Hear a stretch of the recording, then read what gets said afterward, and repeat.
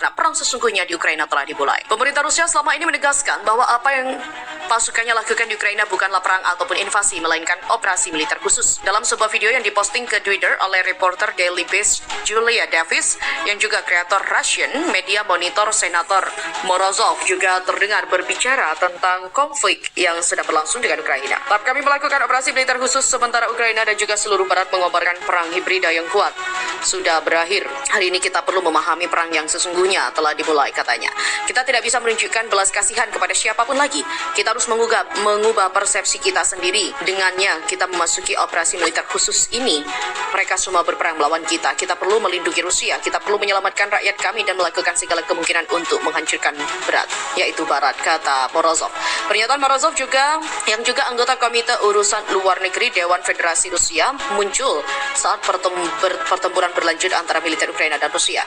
Ketika Rusia menginvasi Ukraina pada 24 Februari, Putin menyebut konflik tersebut sebagai operasi militer khusus, namun bukan perang secara eksplisit.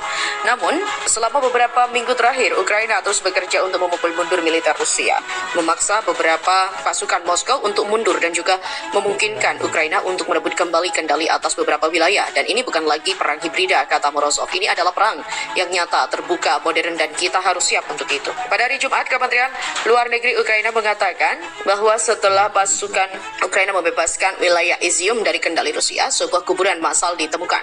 Tidak ada perdamaian dan juga kebebasan yang mungkin terjadi di mana Rusia datang, kata kementerian itu dalam sebuah tweet, di mana sebuah situs kuburan massal ditemukan dengan 440 jasad di Izium yang baru saja dibebaskan. Ada lebih banyak kuburan di kota sebagaimana laporan polisi.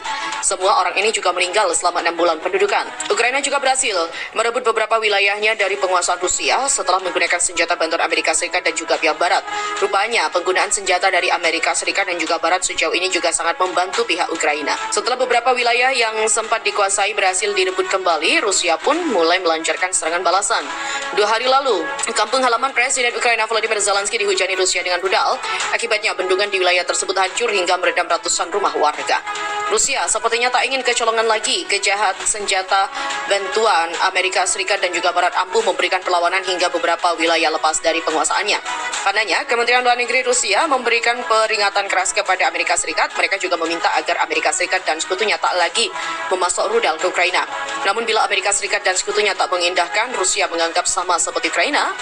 Rusia mengatakan bahwa jika Amerika Serikat memutuskan untuk memasok Kiev dengan rudal jarak jauh, itu akan melewati garis merah dan menjadikan pihak dalam konflik di Ukraina. Pada hari Kamis, juru bicara Kementerian Luar Negeri Maria Zakharova menambahkan bahwa Rusia berhak untuk mempertahankan wilayahnya.